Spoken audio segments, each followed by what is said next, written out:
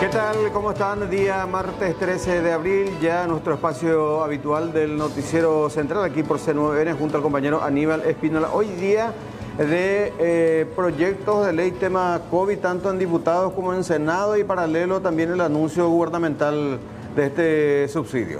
Y podemos decir que hoy ya apagan proyectos. Sí.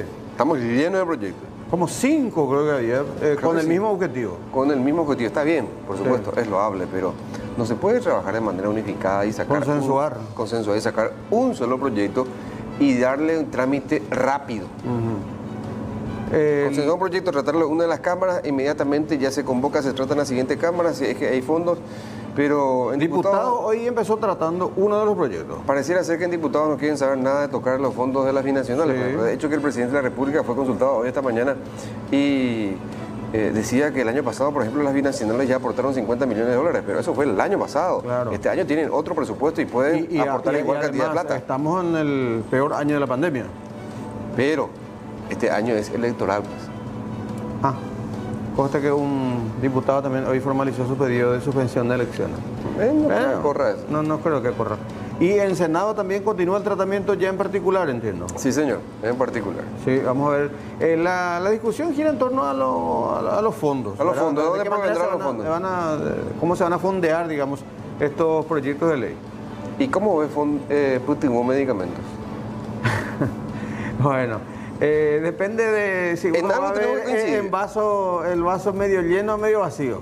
O sea, por un lado es una iniciativa para, por lo menos como parche, para... Es una medida parche. Sí, una medida parche. Pero te deja al descubierto, Silvio, sí, la ineficiencia. Claro, la falta de gestión. La falta de gestión del gobierno. Sí, pero el familiar del paciente te va a decir, bueno, tengo esta posibilidad y recibo con gusto. Más allá de que tiene que hacer un trámite un tanto engorroso, te diría. Sí. Pero conste que ya se planteaba hoy lo que te había comentado ya este mediodía, inclusive, era de que ¿por qué no se designa uno o dos funcionarios de estos 10 hospitales para esa tarea? Supuestamente van a haber funcionarios de la DIVEN en estos 10 hospitales de referencia y van a estar ayudando a los familiares.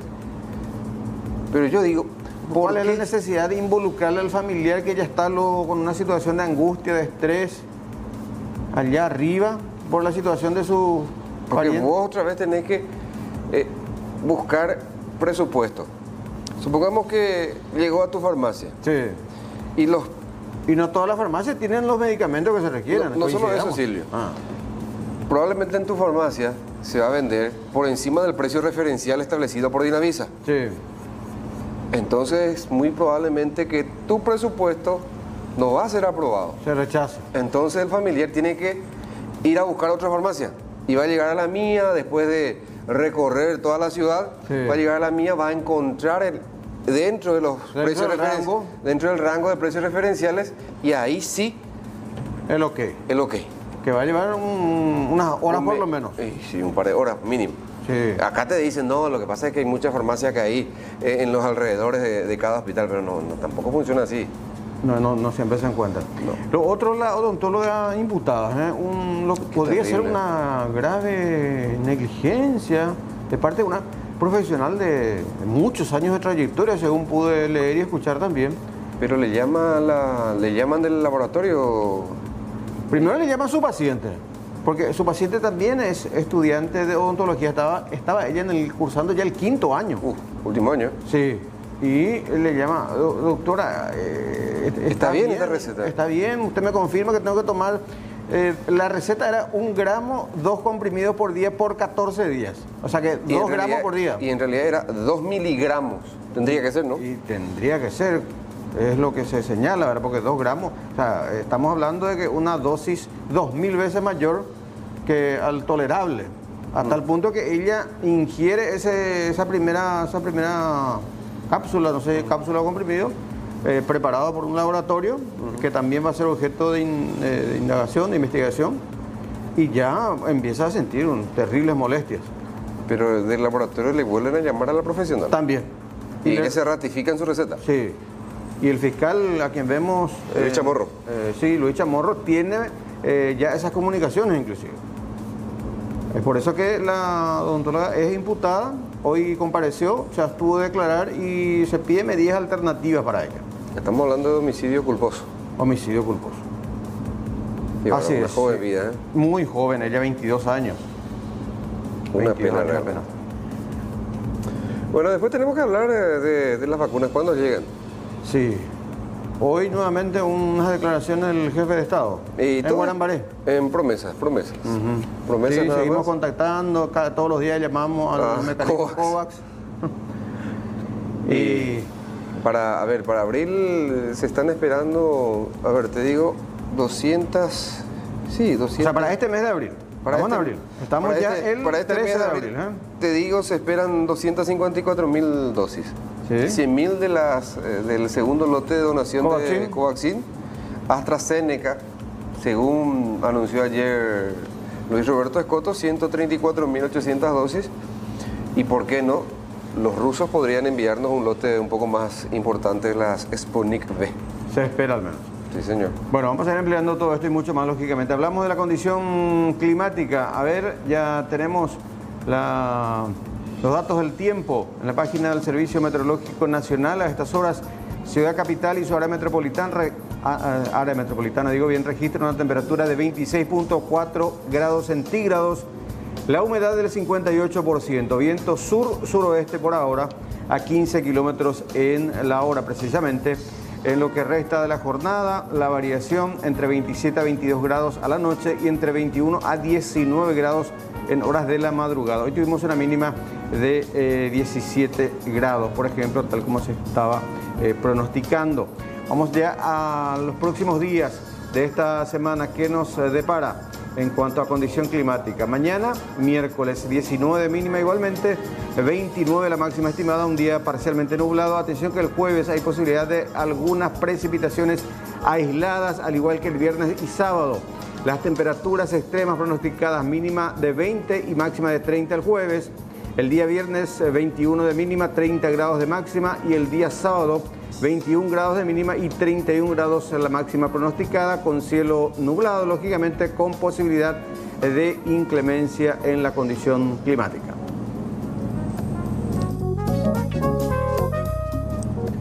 Vamos a la tabla de cotizaciones. Ahora el dólar en la baja nuevamente, tanto en la compra como en la venta. En la compra cerró en 6.220, en la venta 6.380. El euro en la compra 6.600, en la venta 7.650 guaraníes. El peso argentino 45 en la compra, en la venta 55. El real también registró una leve baja. En la compra cerró en 1.040, en la venta 1.100 guaraníes.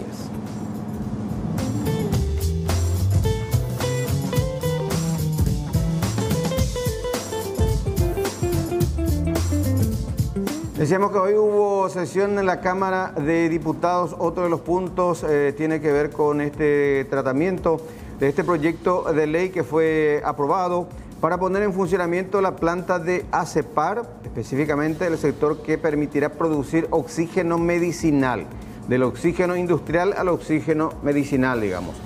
La idea es que en el menor tiempo posible algunos hospitales del sector público puedan proveerse de ese sitio que será administrado por el Estado. Recordamos que ACEPAR está hace años paralizado como una empresa industrial.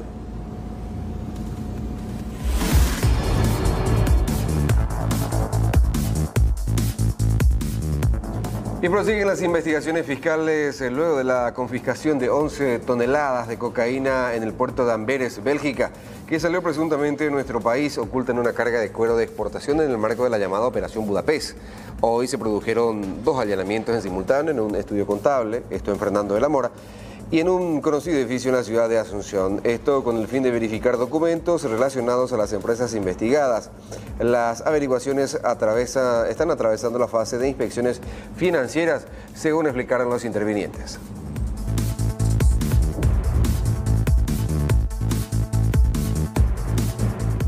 Hablamos de dengue, es que la cantidad de afectados por este mal asciende a 738 en lo que va del año, pero las notificaciones de cuadros sospechosos por dengue han disminuido, según informaron desde la Dirección General de Vigilancia de la Salud. Insisten en recordar a la ciudadanía no bajar la guardia con las tareas de control y eliminación de criaderos de mosquitos en el entorno domiciliario y laboral, así como en espacios de recreación en forma diaria.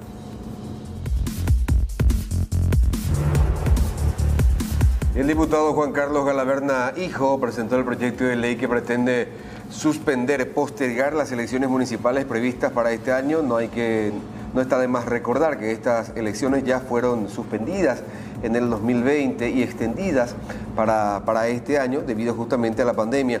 Además, el proyecto de ley contempla una prórroga del mandato de los intendentes y concejales municipales de todos los distritos por un año más. Los mismos seguirían en el ejercicio del cargo hasta la asunción de las nuevas autoridades recién en el 2022.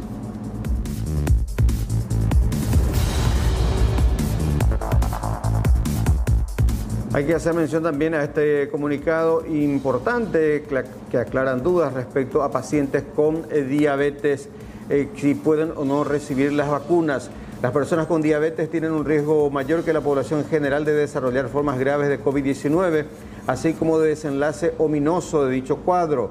La vacunación contra el COVID-19 es desde luego una prioridad en este grupo poblacional, independientemente del tipo de diabetes. La vacunación con cualquiera de las vacunas no debería retrasarse en personas con diabetes por valores de glucemia laboratorial o capilar aleatorios sin que exista un cuadro grave acompañante, infeccioso, cardiovascular o situación clínica aguda. Todos los pacientes, en síntesis, todos los pacientes con diagnóstico de diabetes mellitus mayores de 18 años de edad deben recibir la vacuna independientemente de su control metabólico y del tipo de tratamiento médico que realicen. Sin necesidad de certificado médico. Que es fundamental también. Fundamental, porque ayer estuvimos planteando, sí, Silvio, acá, y ya nos llegaban mensajes desde vacunatorios privados que justamente le estaban pidiendo la venia del médico tratante, justamente en el caso de ser diabética, por ejemplo, la persona que iba a vacunarse el día de hoy.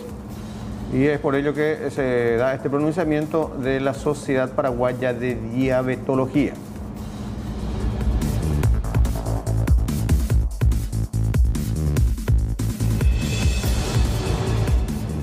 Y el Ministerio de Salud Pública realizó una declaración con relación a los extranjeros residentes en el país con cédula de identidad paraguaya. En este sentido, de acuerdo a este comunicado, los extranjeros residentes en el país con cédula de identidad paraguaya se podrán registrar para la vacunación anti-COVID y aguardar su agendamiento según la etapa que corresponda y vacunas disponibles. Para aquellos residentes extranjeros que no posean documento paraguayo, se definirá el mecanismo de vacunación con sus respectivas embajadas y se comunicará de manera oficial próximamente. También se arbitrarán mecanismos para la vacunación a extranjeros que no cuenten con representación diplomática en Paraguay y se comunicará de manera oficial próximamente.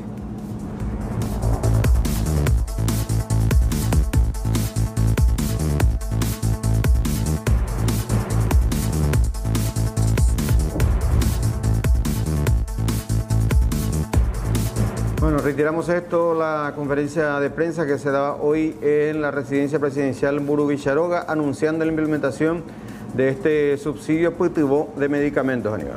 Tiene un fondo de $10 millones provenientes de la ley de emergencia sanitaria. Beneficiará exclusivamente a pacientes internados en terapia intensiva a consecuencia del COVID. El cupo, si es que vale el término, Silvio, de cada paciente es de 50 millones de guaraníes mensuales. Y hay que señalar de que estas personas, o sus familiares mejor, son los que deberán realizar, una vez que reciban el pedido del médico, la receta médica, y se corrobore la inexistencia del fármaco en la farmacia interna de 10 hospitales públicos, que son los que están ahora dentro de este programa. Entonces allí se activa este mecanismo. Ahora, ¿qué pasa con aquellos pacientes que no están en terapia intensiva, pero que sí realizaron también y están realizando importantes gastos, desembolsos? Como por ejemplo, se les pide Remdesivir.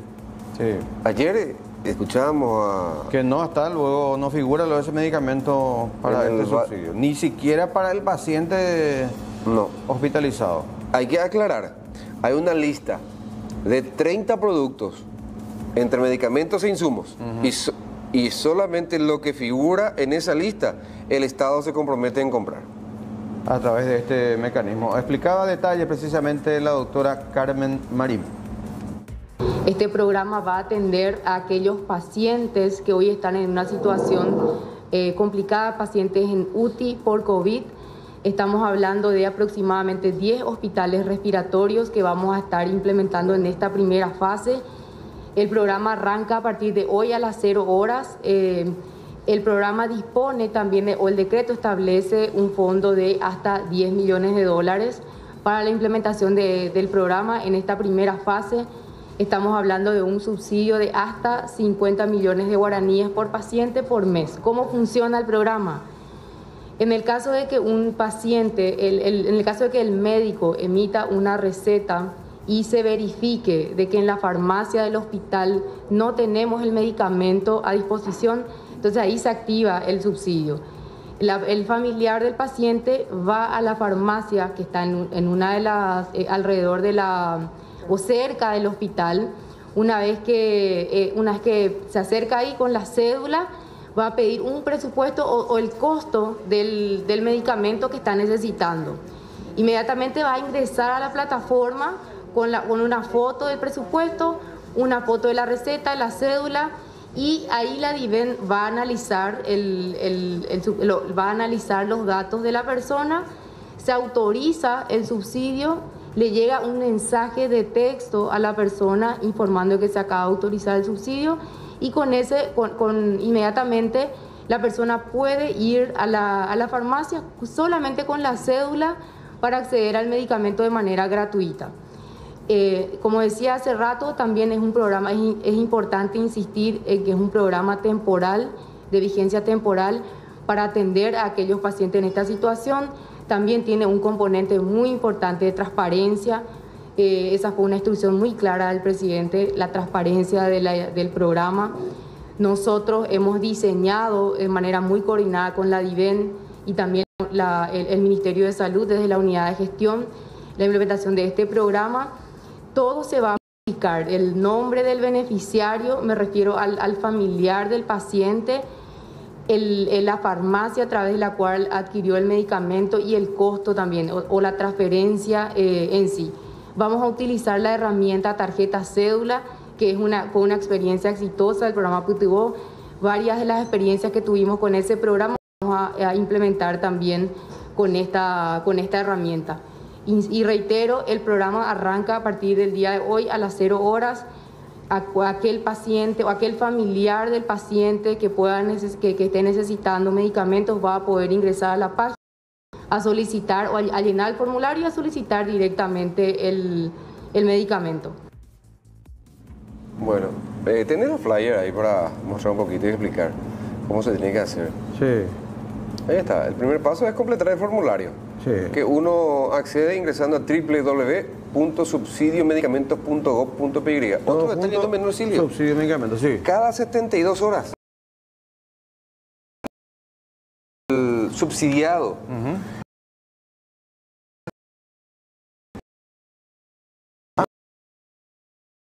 ¿A rendir cuenta de qué? Sí, tenés que llevar la factura de todo lo que ya compraste. Más. Pero ¿y acaso no es...? Más la fotocopia de tu paciente y la tuya. Pero ¿y acaso no es todo en esa plataforma que ya se cargó la receta, que los datos del paciente, entiéndase, el medicamento indicado, el costo de ese medicamento? Eso ¿Qué es lo que vas a hacer más? Eso se irá cargando, entiendo, de acuerdo a tu rendición. Te juro que me descolocado por completo allí. Sí. Y bueno, sigamos. Se completa el formulario entonces ingresando a ese sitio. Se solicita presupuesto en la farmacia donde se adquirirá el medicamento. Para mí que ese tendría luego que ser el paso 1, ¿verdad? O sea, tendría que invertir porque vos no vas a entrar primero en el programa y no tener presupuesto. No tener presupuesto. Porque tenés que adjuntar también al formulario las fotografías nítidas, dice. No es borrosa así como a mí me sale de repente. De la receta médica y del presupuesto entregado por la farmacia. Menos mal que dice una farmacia, hermano, dice, porque hay veces que te piden 3 presupuestos para ciertas compras. ¿Y qué pasa si, bueno, podrás adjuntar, porque de repente una hay, sí, la segunda tiene la otra farmacia? También, no, un montón de situaciones pueden darse. Sí, la DIVEN será la única responsable de analizar y aprobar el subsidio, pudiendo rechazarse la solicitud en caso de comprobarse que la foto o los datos ingresados en el formulario no sean correctos, dice. Y desde la EDIVIEN prometieron que en el día te van a resolver. Sí, cuando menos. Hoy, de hecho, habló con nosotros en el programa de Rolando Rodríguez.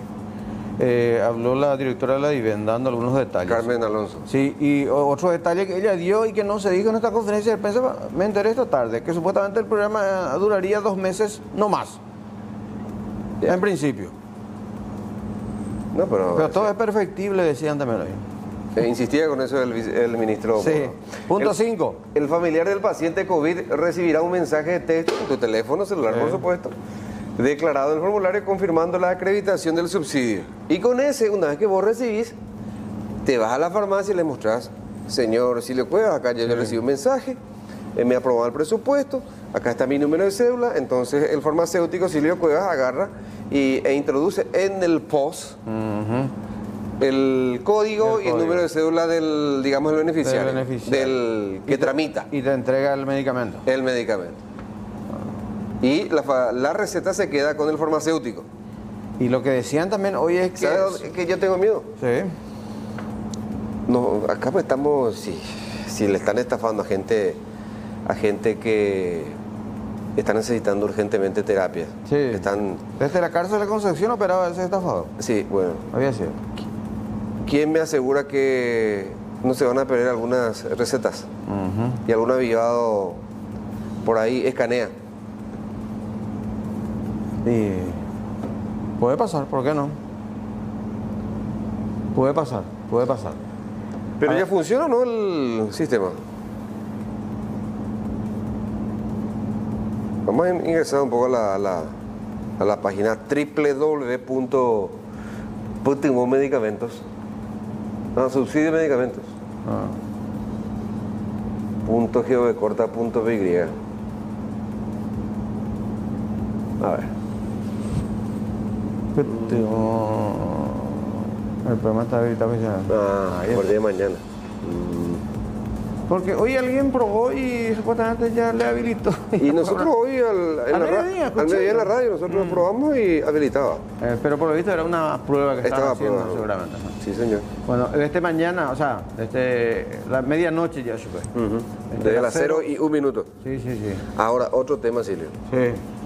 Supuestamente hay un compromiso de parte de los médicos de emitir recetas en forma más ordenada y establecida entre las 6 de la mañana y las 18. Pero ¿qué pasa si el paciente necesita un medicamento sí o sí?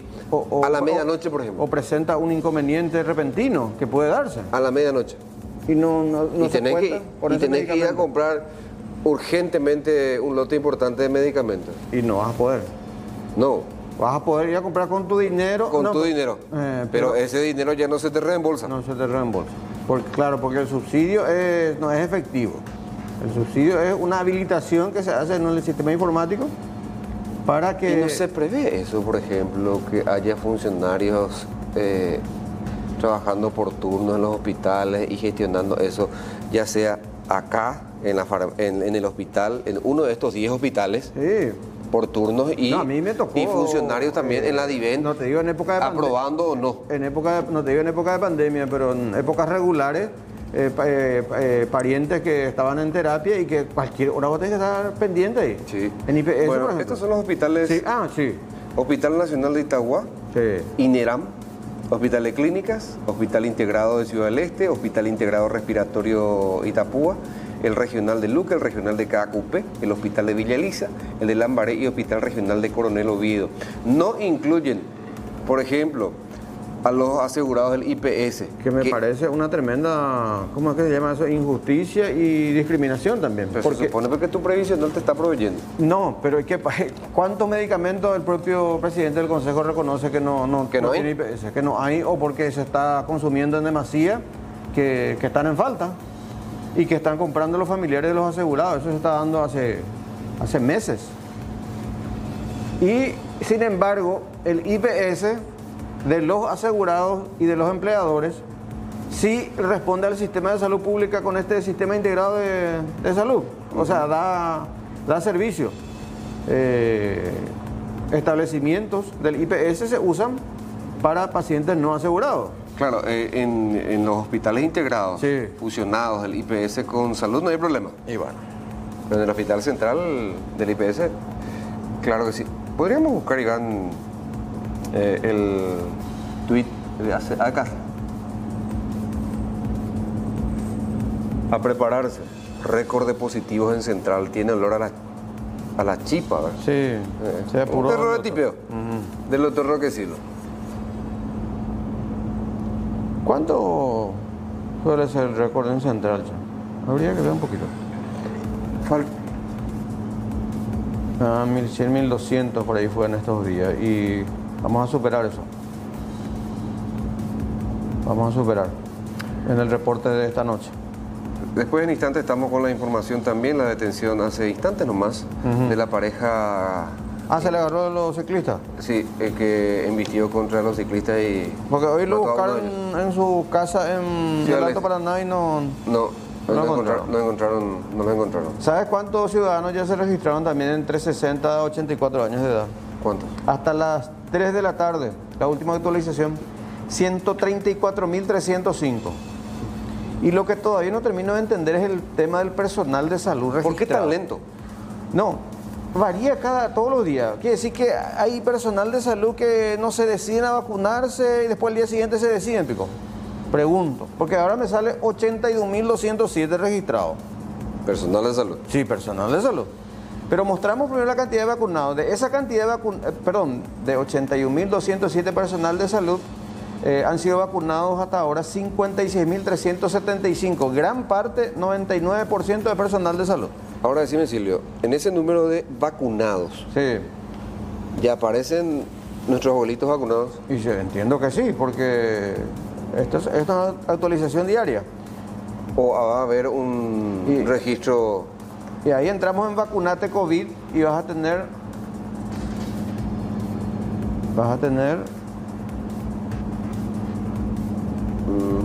esos datos que te estoy señalando en Vacunate COVID. Ahí está. A las 15:09 se actualiza. Allá a la derecha está 134.305 personas de entre 60 a 84 años de edad. Y capaz que ese no esté actualizado todavía. No, y eso va a ir subiendo. Supongo que otros 10.000 más por lo menos tenés que agregarle. Allá por las 6 de la tarde. Sí, mínimo. Y esperemos que lleguen las vacunas, ¿verdad? Porque sube la cantidad de interesados en recibir la dosis. Cambió el estado de ánimo, parece, después de esto. Sí, Porque se ve una luz de esperanza por allá en el fondo. allá en el fondo sí. Pero sí, muy sí. allá. Y esperemos que se pueda ir agilizando. Sí. Hubo un poco de aglomeración también hoy, ¿verdad? Sí, también, en unos pasillos bastante angostos. En fin, esa parte tendría que ir ajustando seguramente. También. Bueno, dejamos de lado por algunos minutos este tema y vamos a escuchar lo que decía el presidente de la República, Mario Abdo Benítez, en su recorrido por Guarambaré. Se habilitaron ahí, creo que 34 camas, algunas en salas comunes, otras de terapia intermedia y otras camas en terapia intensiva. Creo que iba a ser en principio un área neonatal, pero por la pandemia se transformó también en... Sí, señor. Y habló el presidente de la República acerca de las vacunas que estarían llegando en los próximos días. Tenemos compromiso de COVAX para fines de abril, creo que 160.000 dosis. Después se está también firmando ya el convenio con Moderna, que tenemos 400.000 de cooperación de Qatar y 400.000 de compras. Y bueno, esas son las que me acuerdo, ¿verdad? Todas esas hay una expectativa de que de un gran volumen de eso lleguen a finales de abril. Ese es el compromiso que tenemos. Creo que ayer el ministro hizo una descripción un poco más específica sobre todos los procesos de compra, de adquisición y de cooperación que estamos esperando. Esperamos que en abril recibamos una buena cantidad de vacunas, también las rusas, las Sputnik V, que tenemos un compromiso también de la Fundación Rusa, que nos va a enviar de vuelta para fin de mes una cantidad importante, ¿verdad? O como ustedes saben, hasta que no tengamos la confirmación de que el avión decoló, Con la cantidad no queremos decir fecha para no generar una falsa registro expectativa. Para que se les pueda vacunar realmente a las personas que necesitan. Sí, está en la plataforma, gracias a Dios, está funcionando hasta ahora bastante bien. Puede tener problemas como cualquier herramienta tecnológica, pero hasta ahora nos están informando desde MITIC, que es la herramienta que se habilitó desde ayer, está funcionando bastante bien, ¿verdad? Ya tenemos, creo, cerca de 90.000 inscritos en la plataforma digital y bueno, y a través de esa plataforma vamos a continuar los procesos de vacunación, que de hecho hoy se están vacunando a los sectores más vulnerables, que son los medicamentos. ¿Cómo puede ser que la gente siga comprando medicamentos? ¿Acaso el préstamo de los 1.600 no abastece para cubrir eso? Pregunto. No, y los 1.600, ustedes tienen una página donde está rindiendo, bueno, si me permitís, pues voy a tratar de contestar, ¿verdad? Y todo eso está totalmente direccionado a través de esa herramienta digital que nos reconocieron a través del Banco Interamericano de Desarrollo como una de las plataformas que garantiza justamente un seguimiento y la posibilidad de tener transparencia en el seguimiento de los recursos COVID emergencia. Paraguay fue reconocido por esa herramienta digital donde uno entra ahí y ve directamente en dónde están los 1.600 millones de dólares. Ya se explicó demasiadas veces. Ahora, yo creo que ya hay mala fe. Que sigue faltando y sí, y lo que pasa es que ya se explicó también varias veces. Hay 10 veces más demanda y estamos haciendo un enorme esfuerzo para que nos falte, ¿verdad? Los fondos sociales de las binacionales, te está pidiendo que eso en vez de que vaya direccionado a la compra de medicamentos. Creo que 50 millones de dólares ya se invirtió luego el año pasado dentro de nuestro sistema de salud y se va a seguir invirtiendo. Hoy nuestra prioridad es que nos falten medicamentos, que nos falten insumos y estamos buscando recursos de todos lados para dotarle de una herramienta financiera eficiente y de desburocratizar los procesos de compra, que ya dije también eso, ¿verdad? Para que el sistema de salud no tenga falta de medicamentos. Bueno, reiteramos que son 10 hospitales exclusivamente los afectados a este programa, porque me consultan, por ejemplo, también qué pasa con los pacientes derivados por salud pública a sanatorios privados. Y tendría que interpretarse que sí también les abarca. Por una interpretación extensiva. Extensiva. Claro, porque es responsabilidad de salud, pues. La internación de esa gente en los privados. O sea, ese todo lo que pasaron por en base al convenio luego tendría que aplicarse. Todo lo que pasaron no por este programa, digo, sino en base a la aplicación de ese convenio con los privados. Claro, digamos, y claro, lo que están es una extensión de salud pública. Sí. Entiendo que va a ser para todos aquellos pacientes que hicieron el recorrido, consultaron en salud pública, se internaron en salud pública y ante la necesidad de una terapia intensiva fueron derivados al privado. Bueno, ya estuvimos recorriendo varios hospitales y puestos de vacunación también, precisamente para registrar el momento en que los abuelitos de 85 años en adelante recibían su primera dosis anti-COVID. Este fue en Barrio Obrero, por ejemplo, ¿verdad? Sí, señor. Propósito, sí. Barrio Obrero, 46, 48 personal de salud del Barrio Obrero le aplicaron vacunas, pero de diferentes laboratorios. ¿A quién? Y a personal de salud del Barrio Obrero. ¿Que tenían que recibir la segunda dosis? Sí. Porque ahí está el cartel, segunda dosis Coronavac, presentar tal cosa, vacunación primera dosis. Este es el sector para los abuelitos. Ahí el personal de salud recibió primera dosis Coronavac y la segunda dosis ya la aplicaron Sinopharm. ¿Y qué? ¿Un error? Un error. Bueno. Y no se puede permitir ese tipo de errores. Y para nada, porque desde un principio siempre se dijo que se tenía que respetar, digamos, la misma vacuna para ambas dosis. Sí, señor.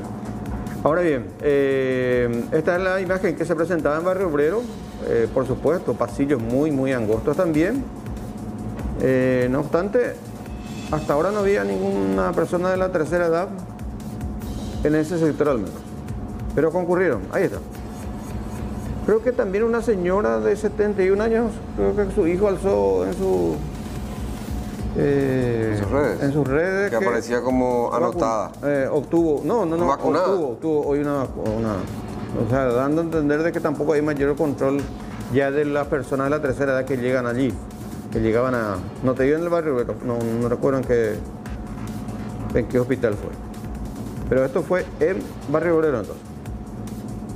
¿Usted sabe dónde se van a aplicar hoy las vacunas? Tengo entendido que es ahí adentro, pero me dijeron que saliera a formar cola con todas las personas que están aquí esperando su turno. Todo para vacunación. Yo tuve mi segunda dosis. Son médicos, licenciados, son ustedes médicos. Yo soy médico. Médico. Lo demás de las personas no las conozco, pero me imagino que necesitan la vacuna. Están bien, doctor. Usted, en su caso, doctor, ¿recibió bien la vacuna? No hay ningún problema, no tuve ninguna reacción. Vengo para la segunda dosis. Para la segunda dosis. Para los adultos mayores que tengan temor, ¿cuál es el mensaje, doctor? El mensaje es que vengan. Todos los pacientes a los cuales nosotros atendemos en el INERAN deben de venir siempre a colocarse su vacuna. No hay contraindicaciones absolutas, todas son relativas y les conviene a esta población mayor de 60 años. ¿Pero sabe también el tema de la vacunación usted? No sé. Todavía no. ¿Cuántos años tiene? 65. ¿Sabe que tiene que inscribirse para vacunarse en caso de... o no quiere recibir la vacuna? No, todavía ¿Sabe usted de la vacunación contra el COVID? Sí. ¿Qué le dice su médico? Y nada, todavía no. Por el momento. ¿La familia le dice, da su consentimiento para que usted se vacune? Y no sé todavía, porque a mí nadie todavía me dijo nada de la vacuna. ¿Pero usted quiere vacunarse, doña? Y no sé si me va a convenir, pero dice que igual nomás no toma el virus nunca. Y la verdad que si es que le va a convenir como ella dice, ¿verdad? Estaría bueno que le ponga, ¿verdad? Pero estoy escuchando acá que a partir de los 85 años recién van a aplicarle a la persona adulta. Y ella tiene 83 años, o sea que creo que no le van a aplicar de momento, a no ser de que de repente sobre la vacuna y empiecen a ponerla a las personas menos de edades.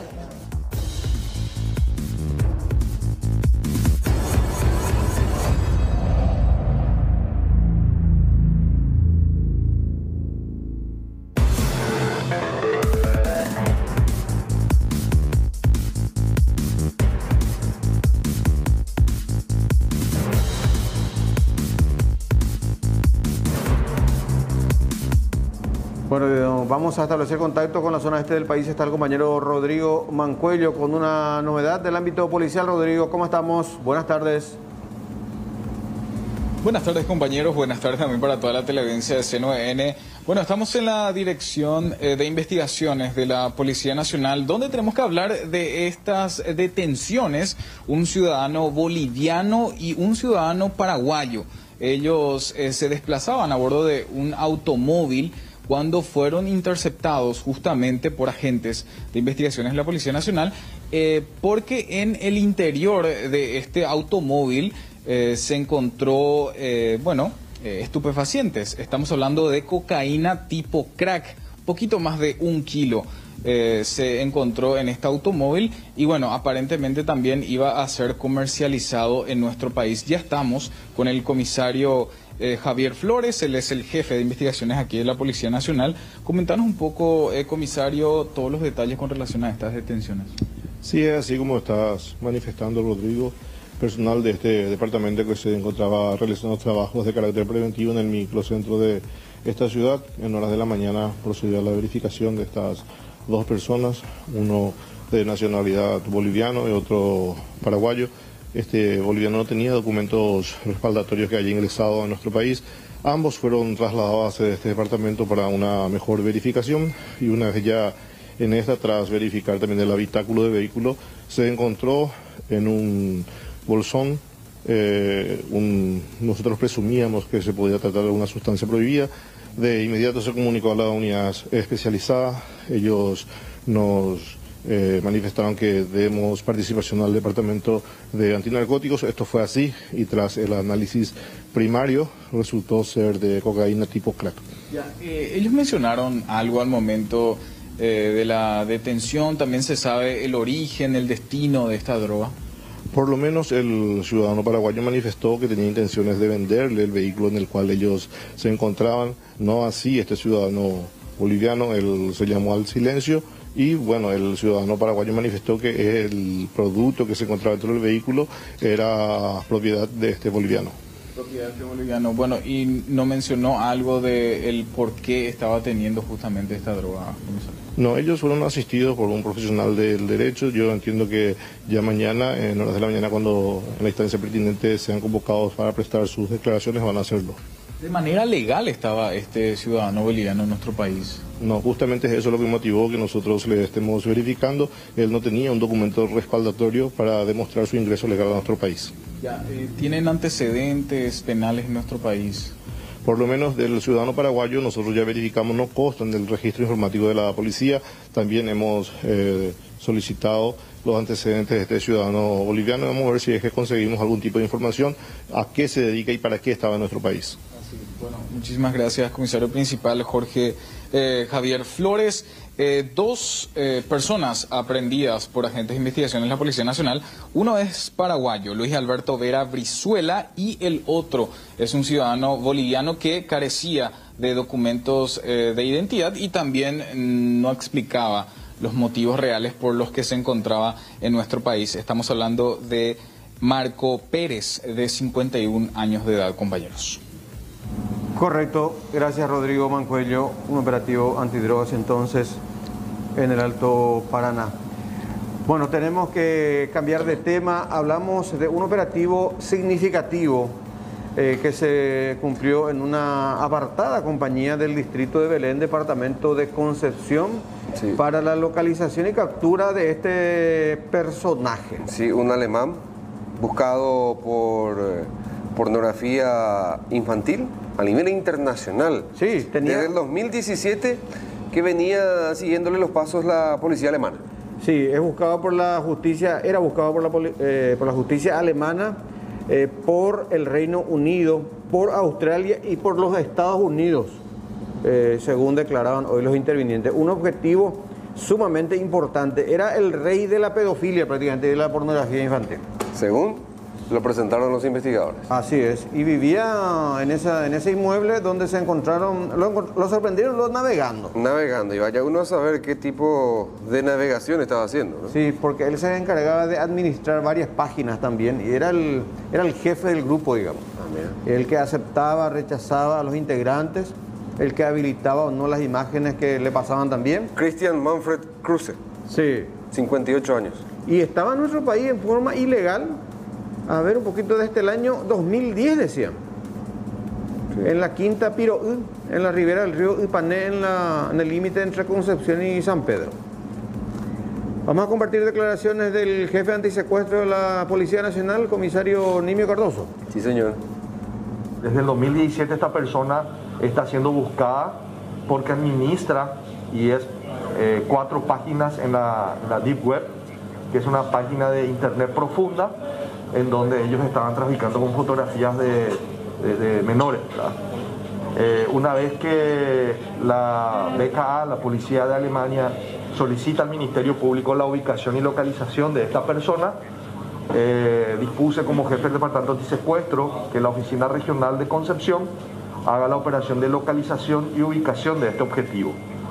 En la semana nos informan que esta persona estaba en la zona rural de Belén, en una quinta en donde ya realizamos todas las actividades básicas especializadas de inteligencia, informamos al Ministerio Público sobre la situación y con apoyo nuevamente de la Policía de Alemania nos informan que sí podríamos lanzar la operación de captura. Para nosotros fue muy importante la precisión que desarrolló el grupo táctico, que le va a dar los detalles el señor capitán Chamorro, porque la persona ayer fue capturada en flagrancia. La persona ayer fue capturada en el momento mismo que estaba teniendo comunicación con varios integrantes, varios internautas de todo el mundo. Prácticamente con esto se confirma el 100% de su participación en el hecho investigado. Bueno, ahora sí vamos a escuchar a la fiscal que encabezó este operativo, la doctora Irma Llano. El operativo fue un trabajo conjunto entre varias agencias a nivel internacional. Este es un objetivo buscado por Alemania, HSI de Estados Unidos, Australia y Reino Unido. Hace tiempo que se desenvolvía este sujeto, Manfred, como administrador asesoraba y daba consejos a los pedófilos. Es decir, dentro de la red él ocupaba un alto perfil y asesoraba al resto. Así también él mismo era el que administraba estas páginas, el que aceptaba a los pedófilos, a las personas que querían compartir, y además de eso eliminaba, y además de eso restringía también quién podía participar y quién no, y qué imágenes él consideraba que sí podían ser de contenido sexual o no, y en caso de que él no los consideraba, les llamaba la atención al resto de los integrantes de la red. Es decir, estamos ante una persona altamente peligrosa y que tiene antecedentes en la Alemania por abuso sexual en niños y pornografía infantil. Es importante destacar que esta persona ingresó a la República del Paraguay en el año 2010 y desde esa época se manejaba y estaba acá de manera irregular. Él estaba sin documentación paraguaya, así también desde que ingresó nunca volvió a salir del país y se manejaba de manera clandestina dentro de la República del Paraguay. ¿Será extraditado posteriormente este ciudadano fiscal? Consideramos que efectivamente, porque al estar en la Deep Web, ¿verdad? Podemos hablar que la actuación de este sujeto, las consecuencias, no solamente con relación a la República del Paraguay, sino a nivel mundial. Entonces consideramos de que efectivamente algunos de estos otros países que lo estaban investigando van a estar pidiendo su extradición. ¿Actuaba solo? Por supuesto que no estamos hablando de una red de pedófilos. ¿Hay algunas víctimas? O sea, que sean paraguayos, por ejemplo. Víctimas, ustedes tienen que entender que la pornografía infantil es la materialización del abuso sexual de niños. No hablamos de una víctima, hablamos de millones de víctimas. ¿La zona operativa de Cristian, del detenido? En Belén. ¿Solo en Belén? No podemos hablar solo en Belén. ¿Se lo detuvo o estaba solo? Estaba solo. Él era el casero de la granja. ¿Los cómplices son de acá, de la zona también de Belén, Concepción, todo el mundo? ¿De dónde son? En la Deep Web, en Internet profundo. Es decir, estamos hablando a nivel mundial. ¿Hace cuánto tiempo se cree de que esta persona operaba dentro de la Deep Web y hace cuánto tiempo era buscado también por su país? Antecedentes existen desde el 2017. Vamos a hablarles de Bristol y de sus super ofertas en televisión. Vamos a la Cámara de Diputados, Aníbal. Sí, y parece que así como estaba previsto, se rechazó el proyecto de ley que pretendía echar mano a los fondos sociales de las binacionales para fondear el tratamiento, la asistencia a las personas afectadas por el COVID-19. Raúl, te escuchamos. Raúl. ¿Qué tal? Buenas tardes, compañeros. Estamos aquí en la Cámara de Diputados y ahora se está armando un verdadero escándalo, por decirlo de esta manera, porque comenzaron a votar por el proyecto de ley que presentaron, en este caso, la diputada Katia González y también el diputado Antonio Bursarquis. ¿Qué es lo que presentaron? Que dispongan de los ingresos en concepto de gastos sociales correspondientes al lado paraguayo de las entidades binacionales, tanto Itaipú y Yacenetá, que sean utilizados íntegramente para la compra de insumos médicos, materiales de bioseguridad, para el personal de blanco, también para infraestructura hospitalaria mientras que dure la pandemia del COVID-19. ¿Qué es lo que pasó? Fueron a votación nominal. Empezó la votación, en este caso, y anotaron como que había 11 ausentes, pero en realidad eran 10. Votaron por el rechazo 35 diputados y 34 por la aprobación. Y ahí se hizo la diferencia. Iba a ser un empate técnico y ahora ¿qué pasa? La bancada colorada empezó a abandonar el recinto de la Cámara de Diputados para de esa manera ya dejar sin quórum y que el proyecto quede rechazado. Ahora están volviendo a contar los votos, pero en un momento dado ya votaron 35 por el rechazo y 34 por la aprobación. Anotaron como 11 los ausentes, pero en realidad eran 10. Y un voto no lograron votar, sino iba a ser un empate técnico, y ahora la bancada colorada ya abandonó la Cámara de Diputados. Ya que no estamos en la plenaria, que se cantó el resultado 35-34 y luego se dijo que había 10 ausentes. Por lo tanto, ahí no cierran los números. Es cierto, diputado, eso es lo que se está haciendo. Es importante aclarar antes de continuar al siguiente punto. Justamente lo que corresponde es pedir la aclaración en este momento por si es necesario volver a votar.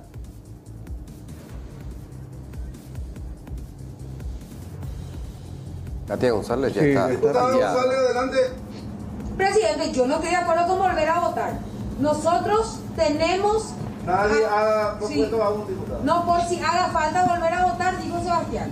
Acá lo que hace falta es verificar quiénes votaron, quiénes no votaron y quiénes estuvieron ausentes en sala. Eso es lo que hace falta clarificar a través de esa directiva. Se está haciendo, señora diputada. Porque nuestro cómputo de 35-35 define presidencia.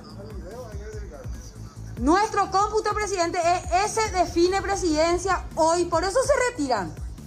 Por eso se retiran. Sí. Lo que menciona entonces la diputada Katia González. A favor del uso. Del uso, claro. Sí.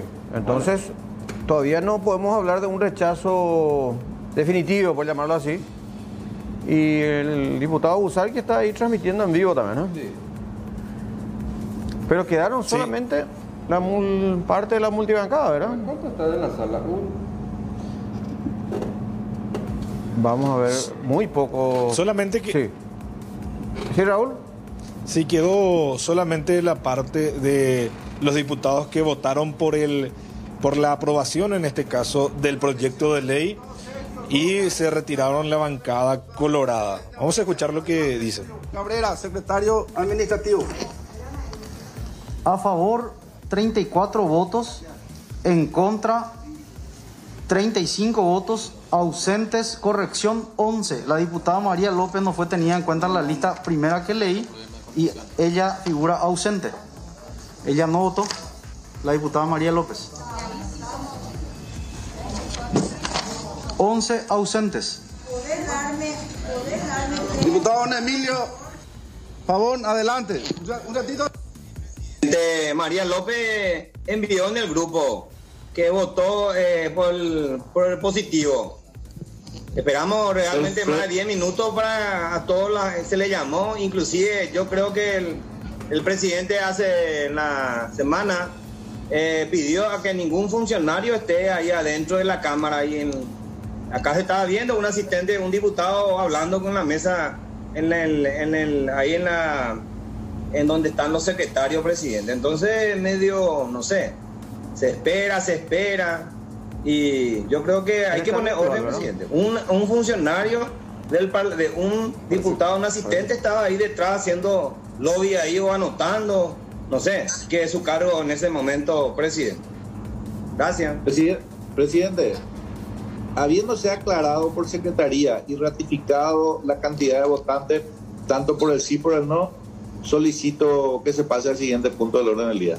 Es una moción. Se verifica el quórum y se pase al siguiente punto del orden del día. La moción de orden se tiene que verificar quórum. ¿Va a oponerse, diputado Blanco? Diputado Blanco pidió la... Adelante. Presidente, yo quiero pedir formalmente que la mesa directiva provea que se pueda verificar el momento de la votación. Eso está filmado y grabado. Porque lo que vale finalmente son los votos que se emitieron en ese momento. Y hay confusiones en el conteo. Entonces lo único que puede clarificar esto es verificar en el video que está grabado por TV Cámara al momento que cada legislador emitió su voto, presidente. Muchas gracias. Asimismo se hará, señor diputado, ¿Es el título? la moción para corroborar quórum. Diputados. Por favor, votemos en cualquier... Señora diputada. Celeste Amarilla. ¿Va a hacer uso de palabra? Adelante. Yo solicito a Nahuel o Sala Técnica que si pueden darme la hora del último que votó. ¿Cuál fue el diputado que votó último y exactamente a qué hora? El último voto. Así se hará, señora diputada. Va, señora diputada. Quisiera hacer una sugerencia, porque acá estamos teniendo problemas de gente que no participa en las sesiones, que le importa un carajo lo que pasa acá, porque esa es la realidad, que su nivel de impunidad y de desfachatez es superlativo y que se conecta al llamado. Esa persona, presidente, no participó de la deliberación y están utilizando el modo virtual para estafar porque se creen más vivos. Se creen que son más vivos que la Constitución, que el reglamento y que la República del Paraguay, presidente. Y no se puede seguir tolerando, cuanto menos que los que estén virtual, si no están encendidas sus cámaras. Todo el tiempo, todo el puto tiempo. Porque encima que están en la comodidad de sus casas, no se puede tolerar ya esa participación live, presidente. O si no, que estemos todos acá. Deroguemos ese reglamento de mierda, porque la realidad es que están apagando sus cámaras, se van, se rascan, están por ahí, están por allá, y a la hora de votar hay llamado, se conectan guau, porque son pues vivos los perros, ¿entendés? Entonces, y acá nadie lo dice nada, pues. Entonces, muchos de esos que están ahí votando, que se le llama 50.000 veces, y que vienen quién sabe en dónde, de sus negociados, vienen y dicen, y acordate que de mí también, que yo también voté, que se dejen de joder, presidente. Por eso pasan estas cosas, presidente. Y tenemos que abordar este tema mañana, como primer, porque hoy ya nos quedó la duda, presidente. Y nos quedó la duda porque la votación fue demasiado ajustada, presidente. 34 a 34, 84 a 35, y para nosotros esta era una ley importante. Para la oposición era una ley demasiado importante, presidente. Entonces no nos podemos quedar con esta duda. Y hay que desde la presidencia decir que se va a computar como ausente. Y yo quiero proponer esa modificación reglamentaria. Se va a computar como ausente y no se considerará su votación a aquella persona que tenga apagada su cámara, que no esté conectada todo el tiempo de la deliberación de un punto del orden del día, presidente. O si no, esto ya es una joda. Esa sugerencia, presidente. Se recoge la sugerencia, hay una moción de orden de seguir con el orden del día y tenemos que corroborar quórum. A votación para corroboración de quórum en cualquier sentido. Bueno, de esta manera van a ir a quórum también para ver si siguen con el orden del día, pero la mayoría de la bancada colorada ya se retiraron cuando comenzó esa confusión en la votación. En principio, ya cuando finalizaba la votación, muchos ya encendían su micrófono de los que estaban virtual y empezaban a decir cualquier cosa, empezaban a hablar de clubes, empezaban a hablar de todo un poco menos del proyecto a tratarse en sí. Y ahí empezó la confusión. Luego ya se levantaron la bancada colorada diciendo de que ya fue rechazado el proyecto y entonces abandonaron el recinto donde estaban los diputados. Por eso también el enojo de la diputada Katia González, compañeros. 30 segundos. Tenemos 33, última vez reglamentariamente. Sí, tenemos bien. A ver, ahí todavía quórum. A votación.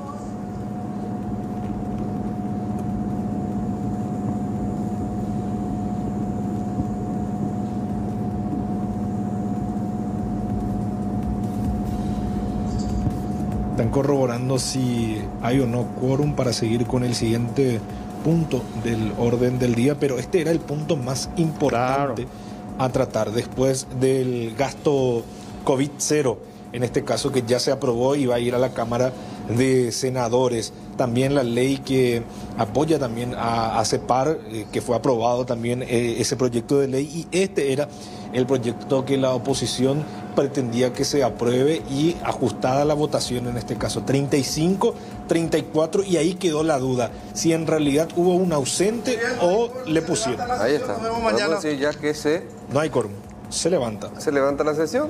Se levanta la sesión. Rechazó el proyecto de ley que buscaba la utilización de al menos 150 millones de dólares de los gastos sociales de las binacionales Pero pacientes con COVID-19. Esta acta pero no se tiene que aprobar en la siguiente sesión. Ahí no puede haber alguna... ¿Se va al archivo esto? Modificación. No, pero no, pues igual se te van a imponer de vuelta la mayoría, lastimosamente. Y esta, hay que decirlo, era un proyecto noble, loable. Sí, sí. Porque lo que falta ahora son recursos. millones de dólares. Pero te dicen desde el Ministerio de Hacienda, te dice que hay recursos. Que es cuestión de... Pero cuantos más recursos haya mejor, Silvio, ¿verdad? Sí, totalmente, totalmente. Hoy, por ejemplo, esto de que decía Raúl, Fondo Nacional COVID-19 gasto cero, que sí tuvo media sanción, pero cuando iban a tratar la fuente de financiamiento, también hubo un lío, por decirte así. Y finalmente hubo un dictamen de una comisión para el redireccionamiento de créditos programados en MOPC, Obras Públicas, unos 32 millones de dólares como fuente de financiamiento para ese proyecto. Pero hay que ver si esto se aprueba también en el Senado, porque se decía también que el presupuesto de Obras Públicas no se iba a tocar. En fin, qué confusión. Realmente. ¿Y eso estaba previsto? Sí, sí. Es año electoral. Acerca de este confuso episodio. Y ahí vamos a escuchar qué dice. ¿Qué fue lo que pasó? Sí, realmente confuso episodio es el mejor titular porque una serie de colegas que no estuvieron en las deliberaciones se conectaron solamente a la hora de votar. Y eso hizo que evidentemente se produzca una confusión. Nosotros ganamos este proyecto. La gente que estuvo comprometida desde la primera hora de la mañana, que estuvimos acá presentes, que estuvimos debatiendo y sosteniendo que los fondos sociales de Itaipú y Yacyretá deben ser destinados a salud, a remedios, a materiales de bioseguridad, ganamos esta votación. Pero como siempre, acá la gente se cree más viva que la ley, que el reglamento, que la Constitución. Entonces a la hora de la votación empezaron a conectarse. Y hubo una confusión que se tiene que aclarar a través de mesa directiva, porque supuestamente perdimos por un voto. ¿Esto es adrede, diputada? Y no, yo no sé si ellos se durmieron, ¿verdad? Porque la realidad es que no estuvieron presentes y esto es para la ciudadanía terrible, para los proyectistas, porque uno presenta un proyecto de ley para ganar, para poder ofrecer a través de su talento, de su idea, una determinada solución a una problemática. Entonces, ¿cómo queda el proyecto? Nada, ¿rechazado? Por el momento queda rechazado. Mañana a primera hora vamos a pedir la reconsideración, la filmación del circuito cerrado, la formación de las cámaras de seguridad y vamos a ver quién miente. Porque el reglamento en todo caso se tiene que clarificar. Una persona que apaga su cámara, que solamente se conecta para votar, es una persona que le está estafando a la ciudadanía. Y eso no se puede seguir tolerando. Nosotros somos legítimos ganadores del proyecto que dispone que los fondos sociales de las binacionales, 150 millones de dólares, se destinen a salud, compra de insumos médicos, materiales de bioseguridad y construcción de pabellones COVID. Y eso tiene que saber la ciudadanía, que se está imponiendo no solamente la farsa, la tragedia, sino hoy la trampa. La diputada Katia González entonces se la ve muy molesta luego del rechazo. Ahora, en este caso, de este proyecto de ley, mañana van a presentar nuevamente un reclamo para ver si pueden volver a tratar el proyecto. De esta manera, entonces, se van retirando algunos diputados de este recinto, compañeros. Bueno, mañana entonces van a plantear la reconsideración. ¿Y será que puede revertirse? Y como ella señala de que, de hecho, hubo una decisión bastante ajustada. O por el sí o por el no, o sea, un empate técnico. Y si efectivamente... Y tenía que desempatar la presidencia. Sí, y si efectivamente, porque ahí alguien dijo que en el grupo, la diputada María López, dijo en positivo. Y si mañana se vuelve a producir, se reconsidera esto, vuelven a votar, entonces se daría el 35 a 35. O sea, reconsiderar sería volver a votar o analizar lo votado y que se compruebe que fue 35-35. Supongo que es analizar lo votado. Y volver a votar, ¿verdad?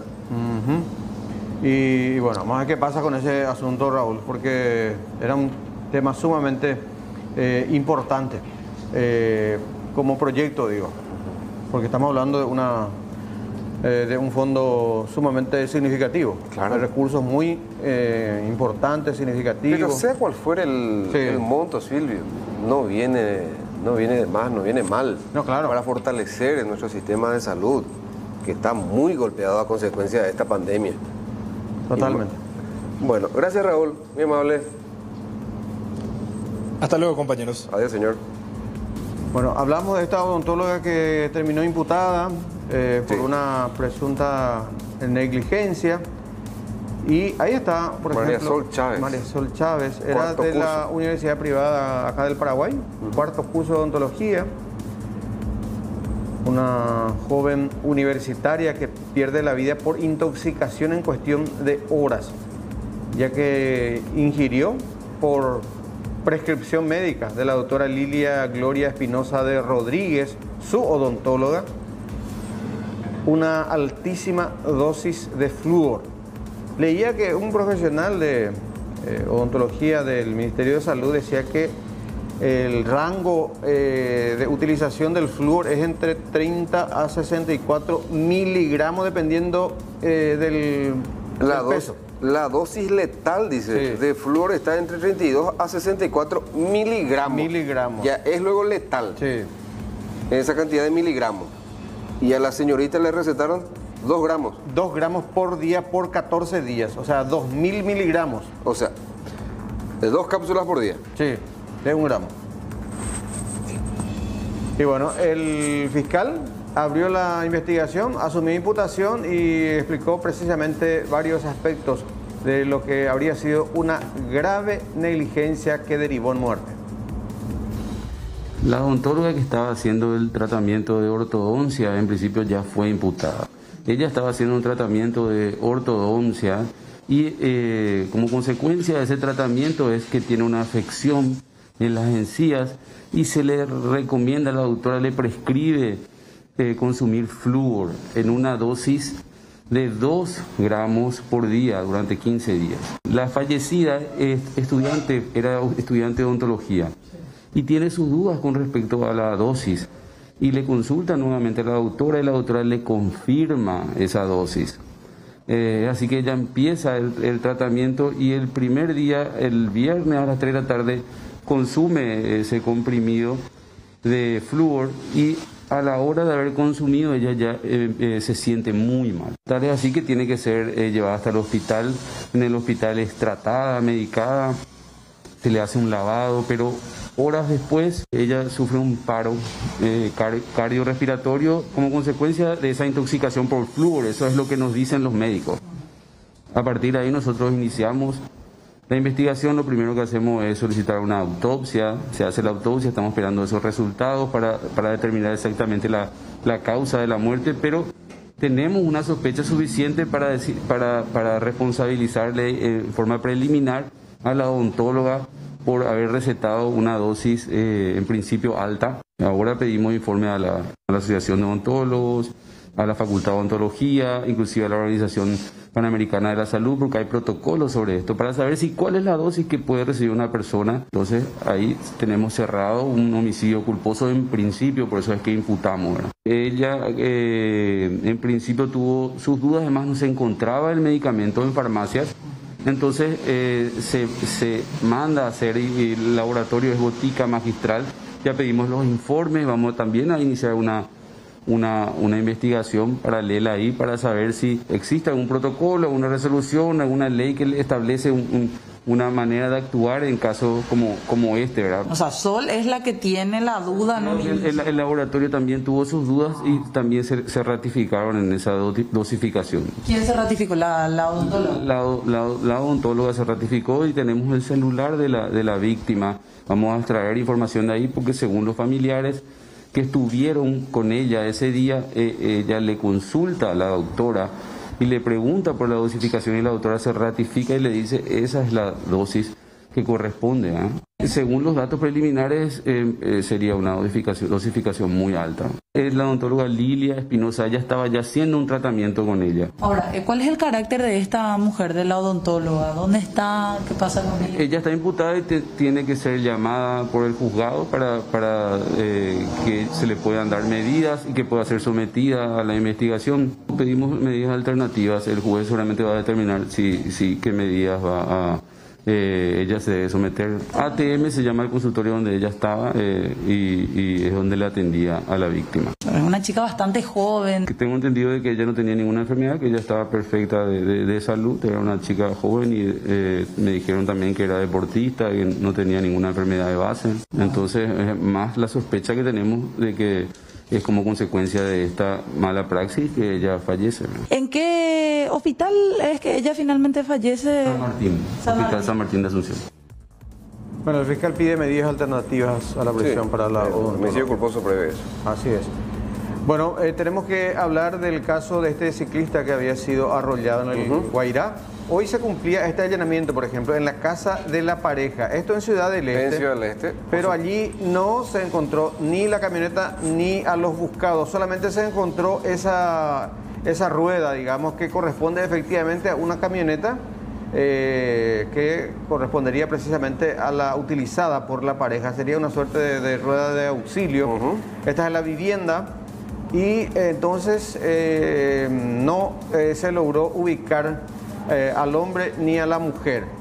Sin embargo, ya hoy, hay que decir también, promediar la tarde, se realizaba otro operativo, esto en el distrito de General Eugenio Agaray, en el departamento de Guairá. Sí, por lo visto nunca salió de Guairá, Y nunca salió de Guairá. Nicolás Ríos Silguero. Sí. Fue capturado entre los matorrales, en los alrededores de la casa de sus familiares en Eugenio Agaray. Es indicado como el conductor de la camioneta que atropelló y mató al ciclista guaireño Oscar Martínez. Poco después fue detenida su pareja, Petrona Valdés de Ríos, también buscada, y era la acompañante. Ya que era la acompañante, sí, y es presunta cómplice, sobre todo en la omisión de auxilio. La policía ya estuvo verificando la zona desde la media mañana y en principio el hombre, o sea, ambas, la pareja en este caso, habría intentado huir del lugar. Una señora ya de cierta edad, ¿no? Sí, 60. La pareja tiene 61 y 60 años respectivamente. Ahora, ahí lo que se cuestiona es que abandonaron a la víctima ahí a la vera de la ruta, ¿verdad? Y ahora hay que ver ya las circunstancias del accidente en sí, pero lo más reprochable fue eso, no haber auxiliado. ¿Y el vehículo? Y el vehículo se halló también, entiendo. Después el informe policial no reportan,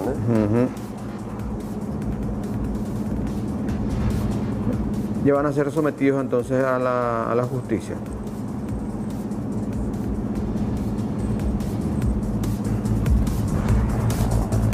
con 22 minutos, 25 grados la temperatura del momento. Hacemos otra pausa.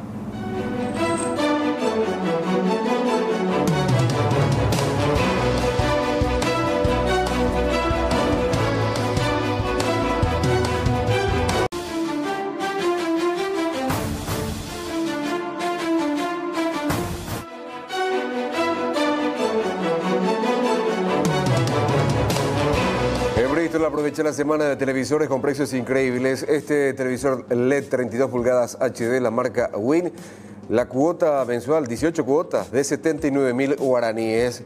Escriban al WhatsApp 0991-670-000 o llamen al 519-4000. Bristol, la mejor casa de electrodomésticos del país.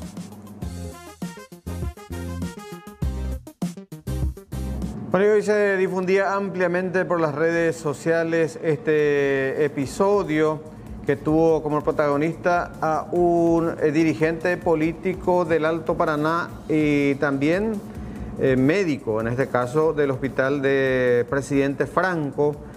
Se enfrentó prácticamente a los puños con un dirigente social quien lo acusó de planillero. El hombre presta servicios como funcionario permanente en la entidad binacional Itaipú con un millonario salario, hay que decirlo, y también en el hospital de Ciudad Presidente Franco como cirujano. El que lo escrachó denunció haber sido agredido con golpes de puño. Él lo encaró, escrachándolo, acusándolo de planillero, de todo un poco. Y ese video se viralizó ampliamente en la jornada de hoy. El joven activista social, en este caso, Aldo Barrios, también es candidato a la concejalía municipal, hay que decirlo, y el otro es el doctor Iván Rafael Sosa Villalba. Conversamos con el médico quien brindó su versión respecto al episodio ocurrido y bueno, su trabajo en estas dos reparticiones. Eso es una vergüenza.